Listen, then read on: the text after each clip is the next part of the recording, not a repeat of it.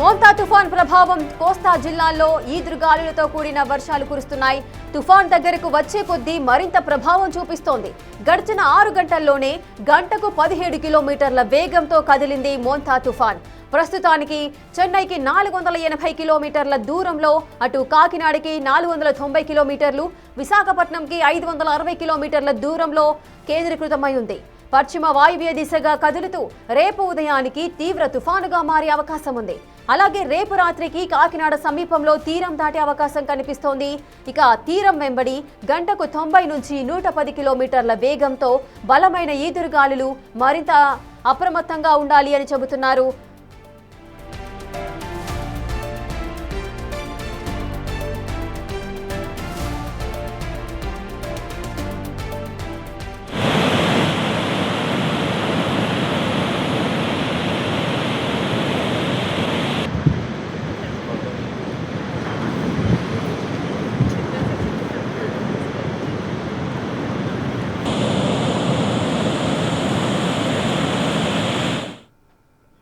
ఇక మోంతా తుఫాన్కు సంబంధించిన పూర్తి అప్డేట్ మా అసోసియేట్ ఇన్పుట్ ఎడిటర్ గణేష్ అందిస్తారు. గణేష్, మోంతా తుఫాన్ ప్రభావం అనేది ఏపీలో ముఖ్యంగా ఏ జిల్లాల్లో ఇది ఎక్కువగా ఉండే అవకాశాలున్నాయి? ఏ విధమైన ప్రభావం చూపిస్తుంది? ఏసరేఖ, మోంతా అంటే థాయిలాండ్లోన థాయి భాషలో మనం చెప్పాలంటే ఒక అందమైన సువాసన గల పువ్వు. కానీ అందమైన సువాసన గల పువ్వు ఏదైతే ఉందో ఫ్లవరు, ఇప్పుడు తెలుగు రాష్ట్రాలనే కాదు, అటు అరేబియా, ఇటు ఏదైతే బే ఆఫ్ బెంగాల్ ఉందో ఈ ప్రాంతాలన్నింటినీ కూడా చెన్నై నుంచి ఒడిశా వరకు కూడా గడగడలాడిస్తుంది. కంటిపై కునుకు లేకుండా చేస్తుంది. ఏ క్షణాన ఏం జరుగుతుంది? ఎందుకంటే మోంతా అనేది చాలా వేగంగా, అంటే గంటకు 17 కిలోమీటర్ల వేగంతో ఇప్పుడు ప్రయాణం చేస్తున్నా, ఇది 18 నుంచి 19 కిలోమీటర్ల వేగంతో ప్రయాణించే అవకాశం ఉందని వాతావరణ శాఖ పూర్తిగా హెచ్చరికలు జారీ చేస్తుంది. కేవలం భారతదేశంలో ఉండే వాతావరణ శాఖే కాదు, ప్రపంచ వాతావరణ సైతం దీన్ని అబ్జర్వేషన్ చేస్తుంది. ఎందుకంటే మోంతా అనేది విస్తృతంగా అటు అరేబియా సముద్రం, ఎక్కడైనా సముద్రాల్లోనే మనకి వస్తే పసిఫిక్ మహాసముద్రం కావచ్చు, హిందూ మహాసముద్రం కావచ్చు, లేకపోతే బే ఆఫ్ బెంగాల్ దాని పార్ట్లో కావచ్చు, ఎప్పుడు కూడా తుఫాన్లు అనేవి మనకు తరచుగా వస్తుంటాయి. కానీ ఒకేసారి అంటే ఎక్కడైనా ఒక ప్రాంతంలో మాత్రమే తుఫాన్లు అనేవి తీరం తాకడానికి, తీరం దగ్గరకు వచ్చే పరిస్థితులు కనిపిస్తాయి. కానీ ఇప్పుడు చూస్తుంటే అటు అరేబియా సముద్రం నుంచి కూడా మనకి ఆ గాలులు అనేవి వీస్తున్నాయి. మరోవైపు ఏదైతే బే ఆఫ్ బెంగాల్ అంటే బెంగాల్ ఏదైతే ఉందో బంగాళాఖాతంలో కూడా పూర్తి స్థాయిలో దీనికి సంబంధించిన ఒక భయంకరమైన వాతావరణం కనిపిస్తుంది. ఇప్పటికే తెలుగు రాష్ట్రాల్లో ఆంధ్రప్రదేశ్ రాష్ట్రానికి తీవ్ర నష్టం జరిగే అవకాశం ఉందని ఇప్పటికే హెచ్చరికలు జారీ అయిన నేపథ్యంలో అక్కడ ప్రభుత్వం అలర్ట్ అయింది. స్వయంగా ముఖ్యమంత్రి చంద్రబాబు నాయుడు దీనిపైన పర్యవేక్షణ చేస్తున్నారు. అధికారులను తీరం వెంబడి అప్రమత్తం చేశారు. జిల్లా ఎస్పీలు కావచ్చు, లేకపోతే కలెక్టర్లు కావచ్చు, అందరూ కూడా అప్రమత్తం చేశారు. ఎందుకు ఇంత భయపడాల్సిన అవసరం వచ్చింది? తీరం వెంబడి కూడా ఇంత అప్రమత్తం ఉండాల్సిన అవసరం ఎందుకు వచ్చింది? గతంలో కూడా అనేక తుఫాన్లు చూసాం. ఉదూ తుఫాన్తో పాటు కోనసీమ తుఫాను కూడా మనం చూసాం. వాటన్నిటిని ఎదుర్కొన్నాం. కానీ ఎందుకు దీన్ని భయపడాల్సిన అవసరం వస్తుందంటే దాని వ్యాసార్థం కావచ్చు, అది ప్రయాణిస్తున్న వేగం కావచ్చు, అది ఎటువైపు వెళ్తుందో గుర్తించలేని పరిస్థితులు కావచ్చు. ఇంతకీ మనకి మోంతా తుఫాన్ ఏ విధంగా ఉంది? ఒకసారి మనం దీనికి సంబంధించిన మనం శాటిలైట్ పిక్చర్ని మనం చూస్తున్నాం విజువల్స్లోన. మనకి భారతదేశం కింద నుంచి మనం చూస్తున్నది ఏదైతే ఈ తిరుగుతుందో మోంతాని కేంద్రీకృతమైన ప్రాంతంగా మనం చూడాలి. ఇక్కడ ఏదైతే మనకి పింక్ కలర్లో కనిపిస్తుందో ఇది మోంతా పూర్తిగా కేంద్రీకృతమైన ఇది దీనిగా చెప్పాలి. దీని చుట్టూ వెళ్తుంది దాని వ్యాసార్థం. ఎందుకంటే అది వ్యాల్ఫూల్ లాగా మనకి సుడిగుండులా తిరుగుతూ ప్రయాణం చేస్తుంది. కాబట్టి ఎప్పుడు కూడా దీని శాటిలైట్ మన పిక్చర్లో క్లియర్ కట్గా మనం చూడగలుగుతున్నాం. ఏదైతే మనకి వైట్ అండ్ పింక్లో కనిపిస్తుందో దీని వ్యాసార్థం దాదాపుగా ఇక్కడ మనకు కనిపిస్తున్న దానికి దాదాపు 200 కిలోమీటర్లు. మనకి ఒక చిన్న పాయింట్లా కనిపిస్తున్న ఈ ప్రాంతం 200 కిలోమీటర్లు. మరి ఈ చుట్టూ మనకి ఏదైతే బే ఆఫ్ బెంగాల్ ప్రాంతంలో మనకు కనిపిస్తున్న బంగాళాఖాతంలో విస్తరించి మనకి తిరుగుతున్న వ్యాల్ఫుల్ కనిపిస్తుందో దీని వ్యాసార్థం 2000 కిలోమీటర్ల వ్యాసార్థం. అంటే నిజంగా మనకి ఈ మోంతాకు సంబంధించి ఎందుకు భయపడాల్సిన పరిస్థితి ఉందో మనం ఈ వ్యాసార్థాన్ని చూస్తే మనకు అర్థమవుతుంది. ఇది ఎంత వేగంతో కదులుతుందంటే దాదాపుగా ఇటు అంటే ఎప్పుడు కూడా తుఫాన్లు అనేవి పూర్తి స్థాయిలో ఎక్కడైనా ఏర్పడిన తర్వాత సముద్రంలో కొన్ని వేల కిలోమీటర్లు ప్రయాణం చేసిన తర్వాత వాటి ప్రయాణం ఖచ్చితంగా తీరం దాటడమే. ఇదే చాలా డేంజర్. ఎందుకంటే తీరం దాటిన తర్వాత ఆ తీరంలో ఉండే గాలులు వేగవంతం అవుతాయి, తుఫాను వస్తుంది. తుఫాను తీరం దాటిన తర్వాత వచ్చే భారీ వర్షాలు కావచ్చు, ఇవన్నిటిని కూడా ఎదుర్కోవాల్సిన పరిస్థితి ఉంటుంది. కేవలం పంట నష్టమే కాదు, ఆ ప్రాంతంలో ఉండే నివాసాలు కూడా తీవ్ర స్థాయిలో మనకు నష్టం ఏర్పడుతుంది. కాబట్టి ఇంత అప్రమత్తత ఇంత మనకు కనిపిస్తుంది. మరోసారి మనం ఆ విజువల్స్లో చూస్తున్నది దాదాపుగా ఈ తిరుగుతుందంటే దాదాపుగా ఈ మోంతా ఈ పింక్ కలర్ ఉన్నది 200 ఉంటే దీని చుట్టూ వ్యాసార్థం 2000 కిలోమీటర్ వ్యాసార్థం మనకు తిరుగుతూ కనిపిస్తుంది. దీని ప్రభావం మొత్తం దేశంలో అటు మరోవైపు మనకి అరేబియా సముద్రంలో ఇది సంబంధించిన ప్రభావం ఏదైతే ఉందో మనకు మొత్తం టోటల్గా హిందూ మహాసముద్ర పరివాహక ప్రాంతం కాబట్టి ఇటు అరేబియా సముద్రంలో దీనికి సంబంధించిన ఆనవాళ్లు కనిపిస్తున్నాయి. పూర్తిగా పెద్ద స్థాయిలో మనకు బే ఆఫ్ బెంగాల్లో మనకి బంగాళాఖాతంలో ఇది కనిపిస్తుంది. అంటే ఇది 17 కిలోమీటర్ల వేగంతో ముందుకు కదులుతూ తీరం వైపు వస్తుంది. మన తీరం వెంబడి ఉండే ప్రాంతాలను మనం చూస్తున్నాం. పాండిచేరి కావచ్చు, చెన్నై కావచ్చు, నెల్లూరు, తర్వాత విజయవాడ, తర్వాత విశాఖపట్నం, తర్వాత భువనేశ్వర్. అంటే అటు పూర్తిగా అంటే ఒడిశా నుంచి చెన్నై వరకు పూర్తిగా దీని వ్యాసార్థం అనేది మనకి 2000 కిలోమీటర్ల వ్యాసార్థం అనేది పరిగణించింది.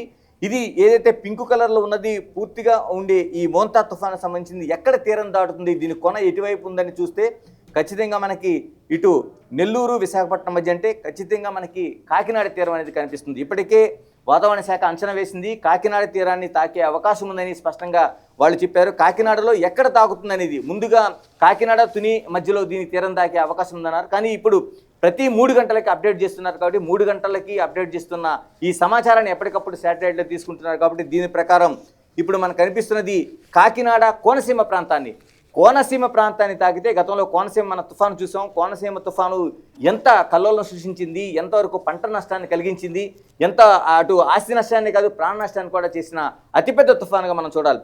అటు భైరవతిప్ప కావచ్చు, బలుసుపాలెం కావచ్చు, ఇలాగా భైరవపాలెం బలుసుతిప్ప ప్రాంతాల్లో ఆనాడు చేసిన ప్రాణ నష్టం వేల సంఖ్యలో శవాలు మనకు కనిపించాయి ఆ రోజు. దానికి ఉప్పెన కూడా తోడవడంతో ఇప్పుడు ఇదే పరిస్థితి ఇక్కడ ఉంటుందా కోనసీమలో దాటితే అనేది లేదు. ఇంకా తన దిశను మార్చుకుంటే అంటే 17 కిలోమీటర్ల వ్యాసార్థానికి ఆ వేగాన్ని ఇంకా పెంచి అంటే 18 నుంచి 19 కిలోమీటర్ల వేగంతో వెళితే ఖచ్చితంగా ఇది మచిలీపట్నాన్ని తాకే అవకాశం ఉంది. అంటే మనకి ఇక్కడ చెన్నై నుంచి నెల్లూరు, మరో విశాఖపట్నం, ఇలాగ ఈ ప్రాంతం అంతా మనకి విజయవాడ నుంచి విశాఖపట్నం కనిపిస్తుంది. కాబట్టి ఎక్కడైతే మన తీరం అంచులు మనం చూస్తున్నాం, ఏదైతే ఇక్కడ మూంతా ఈ పింకు ప్లేస్ ఉందో ఈ పింకు కదులుతున్న ఈ కదలికలు ఏవైతే ఉన్నాయో ఇటు ఎక్కువ వ్యాసార్థం మనకి ఇటు కాకినాడ వైపు కోనసీమ వైపు వెళ్ళే అవకాశాలే మనకి ఎక్కువగా కనిపిస్తున్నాయి. ఇప్పటికి వాతావరణ శాఖ కూడా ఇదే అంచనా వేస్తుంది.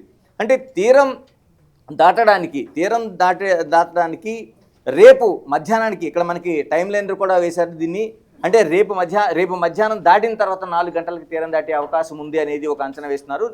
అది ఇంకా పెరగచ్చు, ఎందుకంటే అది 17 కిలోమీటర్ల వేగంతో ప్రయాణం చేస్తే వాళ్ళ అంచనాలకు తగ్గట్టుగా ఉంటుంది. లేదు ఇంకా 18 నుంచి 19 కిలోమీటర్ల వేగంతో కానీ ఆ తుఫాను కానీ ఈ తీరం వైపు దూసుకు వస్తే అది ఇంకా ముందుగా అంటే 3 గంటల ప్రాంతంలో కూడా దీని తీరం దాటే అవకాశం ఉంది.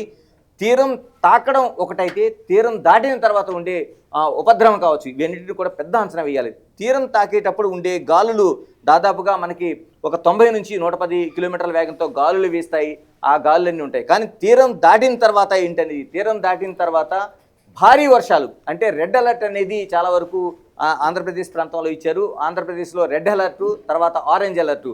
మనకి ఆరెంజ్ అలర్టు, రెడ్ అలర్ట్లో దాదాపు 20 సెంటీమీటర్స్ పైగా అంటే మనకి 200 ఏదైతే మిల్లీమీటర్ల వర్షపాతం ఒకేసారి పడే అవకాశం ఉంటుంది. కాబట్టి 20 సెంటీమీటర్లు అంటే అతిపెద్ద వర్షపాతంగా చెప్పాలి. మనకి హైదరాబాద్ లాంటి ప్రాంతాలు తీసుకుంటే కేవలం 6.2 సెంటీమీటర్ల వర్షపాతం పడితే హైదరాబాద్ నగరం మునిగిపోతుంది. 10 సెంటీమీటర్లు పడితే మనం వరదలు చూస్తుంటాం హైదరాబాద్లో. అటువంటిది ఏదైతే రెడ్ అలర్ట్, ఆరెంజ్ అలర్ట్ ఇచ్చారో ఇందులో ఉన్న దాదాపుగా 20 సెంటీమీటర్ల వర్షపాతం కురిస్తే ఎలాంటి పరిస్థితులు ఉంటాయో మనం గమనించాల్సిన అవసరం ఉంది. దీనికి గతంలో చూసాం మనం, సముద్రంలో ఉప్పెన కానీ దానికి తోడై ఈ అంటే ఏదైతే తిరుగుతుందో వేల్ఫుల్ ఈ సుడిగుండాలు ఉన్నాయో ఇవి తీరం తాకినప్పుడు ఒక ప్రభావం చూపిస్తే తీరం దాటేటప్పుడు అవి తన గుండా చేస్తున్న ఏదైనా మనుషులు కావచ్చు, లేకపోతే పడవలు కావచ్చు, లేకపోతే బోట్స్ కావచ్చు, టగ్స్ కావచ్చు, ఏమున్నా సరే వాటిని తీసుకొని తీరం వైపు గెంటే అవకాశం ఉంటుంది. తీరం తాకిన తరువాత వచ్చే గాలులు దాదాపు 90 నుంచి 110 కిలోమీటర్ల వేగంతో అంటే చిన్న విషయం కాదు. ఎందుకంటే దాదాపు మనకి బ్రిడ్జిలు కావచ్చు, కన్స్ట్రక్షన్స్ కావచ్చు, లేకపోతే పెద్ద పెద్ద నిర్మాణాలు కావచ్చు 60 కిలోమీటర్ల వేగాన్ని తట్టుకునడానికి మాత్రమే అవి అనుకూలంగా ఉంటాయి. ఇప్పుడు మనకి బ్రిడ్జిల్లో ఇప్పుడు లేటెస్ట్ టెక్నాలజీలో మనకి అనేక తుఫాన్లు చూసిన తర్వాత ఇప్పుడు 180 వరకు దాన్ని తట్టుకునేలాగా చేస్తున్నారు. అంటే 180 కిలోమీటర్ల వేగంతో వస్తే ఖచ్చితంగా అవి కూలిపోయే అవకాశం ఉంటుంది. కానీ ఇప్పుడు మనం ఇందులో చూస్తున్నది ఏదైతే ఉందో మనం ఈ తుఫానుకు సంబంధించి చూస్తున్న దాంట్లో ఖచ్చితంగా ఇది ఇంత వేగంతో కానీ తీరం దాటిన తర్వాత ఉండే ప్రభావం చూస్తే భారీ వర్షాలు, అతి భారీ వర్షాలు పడే అవకాశం ఉందని వాతావరణ శాఖ అప్రమత్తం చేస్తుంది. తీరం తాకడం ఒకటైతే తీరం దాటిన తర్వాత ఉండే ఏదైతే పరిస్థితులు ఉన్నాయో వాటిని అంతా అంచనా వేస్తుంది.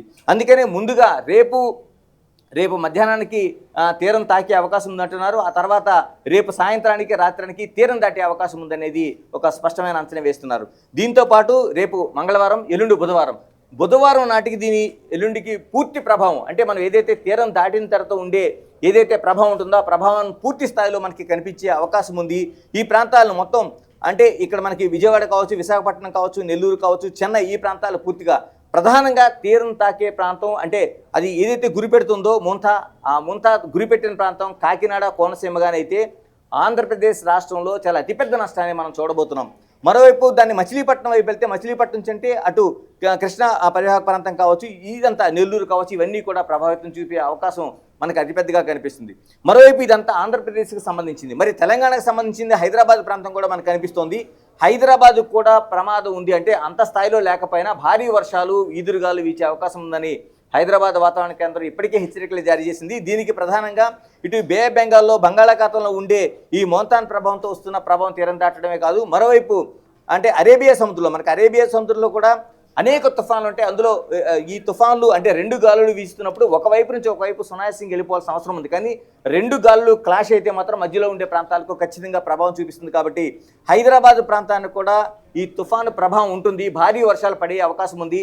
హైదరాబాద్ వాతావరణ కేంద్రం ఆరెంజ్ అలర్ట్ అన్ని జారీ చేసింది. ఆరెంజ్ అలర్ట్లో అతిపెద్ద వర్షాలు దాదాపు మనకి 10 సెంటీమీటర్ల నుంచి 15-16 సెంటీమీటర్ల వరకు వర్షపాతం ఉండే అవకాశం ఉంది. కాబట్టి దీన్ని ఒక హెచ్చరికగా తీసుకోవాల్సిన అవసరం ఉంది. ఏదైనా ఇప్పటికే తీర ప్రాంతం గుండా అధికారులను ప్రభుత్వం అప్రమత్తం చేసింది, ఎక్కడికక్కడ ఏర్పాట్లు చేసింది. తుఫాన్ షెల్టర్లు కావచ్చు, మిగతా సెంటర్లు కావచ్చు. ఇప్పటికే సముద్రంలోకి వేట వెళ్లే వాళ్ళని గత 24 గంటలుగా నిరోధించారు. ఎవరు కూడా వేటకు వెళ్ళకూడదని. నిజంగా ఎక్కడ ఆ పరదీపు పోర్టు నుంచి చెన్నై పోర్టు వరకు ఉండే ప్రాంతంలో ఎక్కడైనా చేపల వేటకు వెళ్ళిన వారు ఎక్కడికక్కడ షెల్టర్ తీసుకోవాలని ఇప్పటికే ఒక ఆదేశాలు జారీ అయ్యి హ్యామ్ రేడియోలు కావచ్చు, మిగతా వాటితో కావచ్చు, అంతా అప్రమత్తంగా దీన్ని చేశారు. గణేష్, ఇప్పుడు ఈ మోంతా తుఫాన్ ప్రభావం అనేది భారీ వర్షాలు నమోదు చేస్తుంది. అలాగే 90 నుంచి 110 కిలోమీటర్ల మేర 110 కిలోమీటర్ల మేర ఈదురుగాలులతో కూడా ఈ వర్షాలు అవి నమోదవుతాయి. మరి సునామీ వచ్చే ఏదైనా ప్రమాదం ఉంటుందా ఈ మోంతా తుఫాన్ ఎఫెక్ట్తో? ఎస్, అంటే ఎంటైర్లీ డిఫరెంట్. అది తుఫాన్కి సునామీకి మధ్య ఎటువంటి సంబంధం లేదు. ఎందుకంటే సునామీలు అనేవి సముద్రంలో వచ్చే అవి ఒక భూకంపాలు. అంటే ఆ ప్లేట్స్ కదలికలు సముద్రంలో ఏదైతే ఉంటాయో ఆ ప్లేట్స్ భూమి పలకాలు ఏవైతే ఉంటాయో అవి అడ్జస్ట్మెంట్ జరిగినప్పుడు మనం సుమిత్రా దీవుల్లో అంతకుముందు అది చూసాం. చెన్నై నుంచి ఆ తీరం వెంబడే అనేక పెద్ద మనకి సునామీ మనకు కనిపించింది. సునామీ అనేది మనకి పూర్తిగా భిన్నమైంది. అంటే తుఫాన్లు వేరే, తుఫాన్లు అనేవి మనకి ఈ విధంగా కనిపిస్తూ ఉంటాయి. అంటే ముందుగానే ఒక అలర్ట్ చేయడానికి ఒక అవకాశం ఉంది. ఇవన్నీ కూడా మోంతా అనేది ప్రయాణం చేస్తుంది. సునామీ అనేది ఇది పూర్తిగా భిన్నమైంది. ఇది సముద్రంలో వచ్చే భూకంపాలు కాబట్టి దానికి ఎటువంటి సంబంధం లేదు. తుఫాన్లు వచ్చిన తర్వాత భూకంపాలు వస్తాయనేది పూర్తిగా అపోహం. అంతా దానికి ఏమాత్రం సంబంధం లేదు.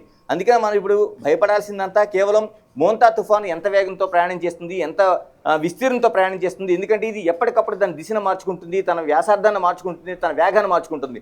ఇప్పటికే కేవలం అంచనా వేస్తుంది. కేవలం అందులో ఉండే పింక్ కలర్లో కనిపిస్తుంది 200 కిలోమీటర్లే. దాని పూర్తి వ్యాసార్థం 2000 కిలోమీటర్లు. దీన్ని ఇంకా విస్తృతం చేసే అవకాశం ఉంటుంది. అంటే అది ఎంత విస్తృతంగా వస్తే అన్ని ప్రాంతాల మీదుగా ప్రయాణం చేస్తుంది. అన్ని ప్రాంతాల్లో ఉండే అటు ఇది మనకి స్ట్రక్చర్ ఇంజనీరింగ్ కావచ్చు, లేకపోతే మిగతా ప్రాణ నష్టం కావచ్చు, పంటలు కావచ్చు, అన్నిటి కూడా తుడిచిపెట్టుకుపోయే అవకాశం. అంటే 200 కిలోమీటర్ల వ్యాసార్థంతో కానీ ఇది కానీ తీరం తాకితే ఎంత ప్రభావం ఉంటుందనేది మనం నిజంగా అంచనా వేయలేము. అందుకనే ప్రభుత్వం ఇప్పటికే అప్రమత్తమైంది. అన్ని చోట్ల కూడా ఆ పికెట్స్ ఏర్పాటు చేసింది. అన్ని జిల్లా కలెక్టర్లు తీరం వెంబడే కాదు మిగతా అన్ని ప్రాంతాలను కూడా అప్రమత్తం చేసింది. షెల్టర్లను ఏర్పాటు చేసింది. ఏదైతే వేటకు వెళ్ళిన వాళ్ళు ఎక్కడికక్కడ ఉండిపోమనేది వాళ్ళంతా అప్రమత్తం చేశారు. ఏదేమైనా ఈ తుఫాను తీరం దగ్గరకు వచ్చేప్పటికీ దీని డెన్సిటీని అంటే దాన్ని తీవ్రతను తగ్గించుకునే అవకాశం కూడా చాలా సందర్భాల్లో మనం చూసాం. అలా తగ్గితే ఇంత ఏదైతే అంచనా వేస్తున్నామో అంత అంచనా ఉండకపోవచ్చు. కానీ ఇప్పుడు మోంతా చూసిన తర్వాత ఇది రోజు రోజుకి గంటకు ఇప్పుడు ప్రతి 3 గంటలకు కూడా వాతావరణ శాఖలు దేశవ్యాప్తంగా కావచ్చు, ప్రపంచవ్యాప్తంగా ఉండే వాతావరణ శాఖ అధ్యయన సెంటర్లు హెచ్చరికలు జారీ చేస్తున్నాయి భారతదేశానికి. ఇలాంటి పరిస్థితుల్లో ప్రభుత్వం అప్రమత్తమైంది. ప్రజలు కూడా అప్రమత్తం అవ్వాల్సిన అవసరం ఉంది. ఇళ్ల నుంచి బయటకు రావద్దు, రేపు ఉదయం నుంచి రేపు రాత్రి వరకు బయటకు రావద్దనేది పూర్తి స్థాయిలో హెచ్చరికలు జారీ చేశారు. ఇప్పటికే చాలా వరకు సముద్ర తీరంలో దాన్ని చూడడానికి వెళ్తున్న వాళ్ళు ఉన్నారు టీవీలో చూసి. ఇది పూర్తిగా హెచ్చరిక బిగ్ టీవీ నుంచి చేస్తున్నాం. ఎవరు కూడా వెళితే గతంలో జరిగిన ఉపద్రవాలను ఎవరు ఊహించలేదు. ఎందుకంటే ప్రాణాలు కాదు మనుషులు సైతం కనిపించకుండా గలంతైన అనేక ఘటనలు ఉన్నాయి. కాబట్టి ఇంత పెద్దది ప్రభుత్వం ఇంత ఆందోళన చెందుతుందంటే దీన్ని ప్రత్యక్షంగా మీకు చూపిస్తున్నాం దీంట్లో ఈ శాటిలైట్ పిక్చర్ని. ఇది చూసిన తర్వాత అయినా సరే ఖచ్చితంగా ఎప్పుడు కూడా దీన్ని చిన్నగా అంచనా వేయొద్దు. ప్రభుత్వం ఇచ్చిన ఆదేశాలు, ప్రభుత్వ అధికారులు ఇచ్చిన ఆదేశాలను ఖచ్చితంగా పాటించి ఇళ్ల నుంచి బయటికి రాకూడదని. ఎందుకంటే వ్యాపార సంస్థలు ఇప్పటికే మూసివేయడానికి ఆదేశాలు జారీ చేశారు. స్కూళ్ళు, బస్సులు అన్నీ కూడా ముందు బంద్ చేశారు. రేపు నుంచి పూర్తిగా కటిక చీకటి. ఎందుకంటే తీరం దాటేటప్పుడు పూర్తిగా మేఘం అంత ఆకాశం అంతా మేఘావృతమై ఉంటుంది. క్యూములోనింబస్ మేఘాలు పూర్తి స్థాయిలో ఏర్పడతాయి. కటిక చీకటి అంటే సూర్యుడు కనిపించిన చీకటి ఏర్పడుతుంది. కాబట్టి ఎప్పుడు తుఫాన్లు తీరం తాకడం దాటేటప్పుడు ఈ రెండు పరిస్థితులు ఉంటుంది. కాబట్టి అప్రమత్తంగా ఉండాలి. మరోవైపు భయపడుతూ ఏదైతే దానికి ఆ పేరు పెట్టారో అందమైన సువాసన గల పువ్వు అని దాని దగ్గరికి వెళ్తే మాత్రం ప్రాణాలు కోల్పోవడం ఖచ్చితంగా జరుగుతుంది. కాబట్టి దాన్ని హెచ్చరికగా తీసుకుని అంత అప్రమత్తంగా ఉండాలనేది ప్రభుత్వం చెప్తున్న మాటలు. Right, thank you Ganesh, thanks for the details. Montha తుఫాన్ ప్రభావము కోస్తా జిల్లాల్లో ఈదురుగాలులతో కూడిన భారీ వర్షాలు కురిసే అవకాశాలు అయితే కనిపిస్తున్నాయి. అటు తుఫాను దగ్గరకు వచ్చే కొద్దీ మోంతా తుఫాను ప్రభావం అనేది ఎక్కువగా ఉంటుంది. గడిచిన 6 గంటల్లోనే ఈ మోంతా తుఫాను గంటకు 17 కిలోమీటర్ల వేగంతో కదులుతోంది. మోంతా తుఫాన్ ప్రస్తుతానికి చెన్నైకి 480 కిలోమీటర్లు, అలాగే కాకినాడకి 490 కిలోమీటర్లు, విశాఖపట్నంకి 560 కిలోమీటర్ల దూరంలో ఈ తుఫాన్ కేంద్రీకృతమై ఉంది. అటు పశ్చిమ వాయువ్య దిశగా కదులుతూ రేపు ఉదయానికి తీవ్ర తుఫానుగా మారే అవకాశం ఉంది. అలాగే రేపు రాత్రికి కాకినాడ సమీపంలో తీరం దాటే అవకాశం ఉంది. ఈ నేపథ్యంలోనే ఒకవేళ తీరం దాటినేటప్పటికీ తీరం వెంబడి గంటకు 90 నుంచి 110 కిలోమీటర్ల వేగంతో బలమైన ఈదురుగాలులు వీచే అవకాశాలున్నాయి.